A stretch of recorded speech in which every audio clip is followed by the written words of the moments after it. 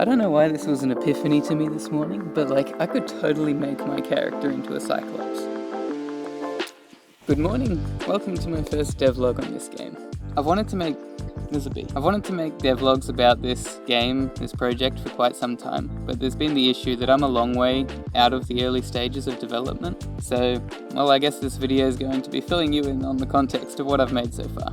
Alright, so around a year ago I started on what I thought was going to be a nice and small project, but I was totally wrong. Younger me had zero concept of project scaling. Anyway, the idea I came up with is a mobile game. I wanted the controls to be simple so there wasn't UI all over the screen kind of getting in the way like a lot of mobile games, and I wanted the game to be unique at its core. The result of this is a game where the map is a rectangular prism, I don't know, is that a rectangle? And the movement controls are swiping horizontally and vertically to change your direction of movement. I've got no memory of the order I started making this game in, but I was looking through the footage and I found me from a year ago. Look at the floof on my head. I do know that when I started making the game, I got the big things out of the way, like rotating the map so the player could play on all four sides of the rectangular prism and the player movement controls. I also made this butt ugly menu, and a year later it still looks like that. But it's pretty close to being the next thing on my to-do list.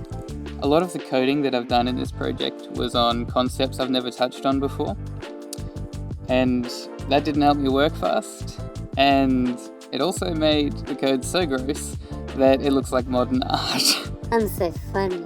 When I first tried to make the map, I was using what are called quaternions. In the beginning, good things were made. Then there was the fall, and I'm pretty sure that's when quaternions were invented. If you don't know what they are how rotation values are stored. And I've never been into an asylum before, but I'm 100% certain that the people who like quaternions are in the asylums. I took too long to move on from the idea of using quaternions. I've made that mistake so many times, but in the end I moved on to using Unity's animation system, so that I can just directly set the rotation of things and it'll smoothly change. It's a bit more resource intensive, so I hope it works. Somewhere in there I also made my stick figure character. He's the first character that I've ever rigged and then animated inside of a game, so I'm really proud of him. And I've made a score system. All of the code is there, but I haven't linked it up to anything in the scene, so it's just kind of been sitting there throwing errors at me for the last year. Now, a big part of the game is the map. Creating a truly random map sounded too difficult, so I split the difference between handcrafted and random. I make up the rectangular prism by creating map pieces or chunks, and then spawn them at different rotations in a random order.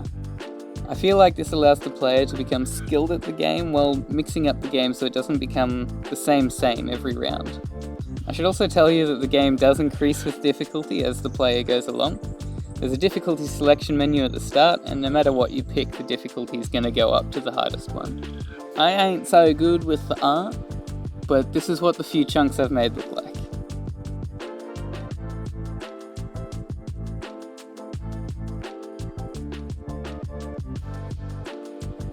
And well, I think that's all of the catch-up you need. Around 2 weeks ago, I really started feeling the imposter syndrome and not wanting to work on the game anymore. But even still, I'm committing to finishing this game, this project. In the last 2 weeks, I started learning to make sound effects, I made a pause menu for the game, I made a loading screen, and I implemented ads. Editing sound effects is really fun. I'm using Audacity for it, and I absolutely love the control you have over any sound. I can take me going "Rawr" and make it sound like this, or like this. I'm not good at it, I'm realizing that it's a really difficult skill to learn in some ways, but it's fun and a beginner can make something.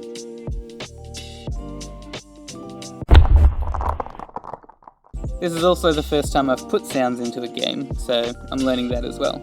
Thank you, Brackies, for helping me implement sound, and thank you to Jonas Tyrola for helping me learn to use Audacity. Without people like you on the internet, So many people would not be making games today.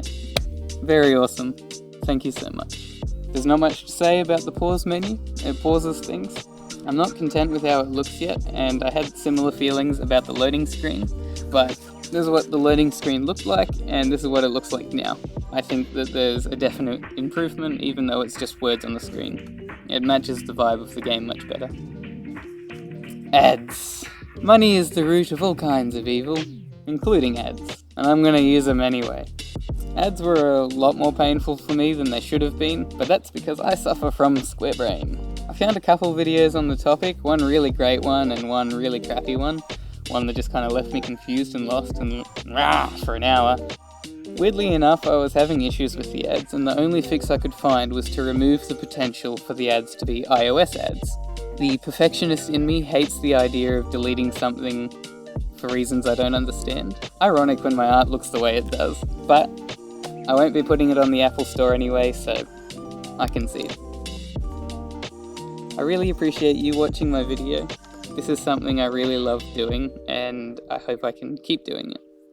I really would like to grow my YouTube channel and maybe make a job out of it someday, but we'll see how that goes. I've got, so much to learn. One last thing before I go. I had to stop the game from freezing when the player died and make it so that instead the player's movement stops, and that's so that the camera can shake when the game ends, and not when the game restarts. Anyway, for the next week I'm going to take a break from this project and try out a private game jam of sorts.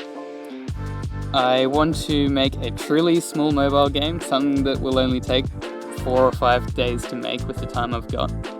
A game that just has one input for the player to move and gives the player good feedback based on what they do. I don't have the words to explain it, but I think I'll be able to show you next week. Have a good day. Peace.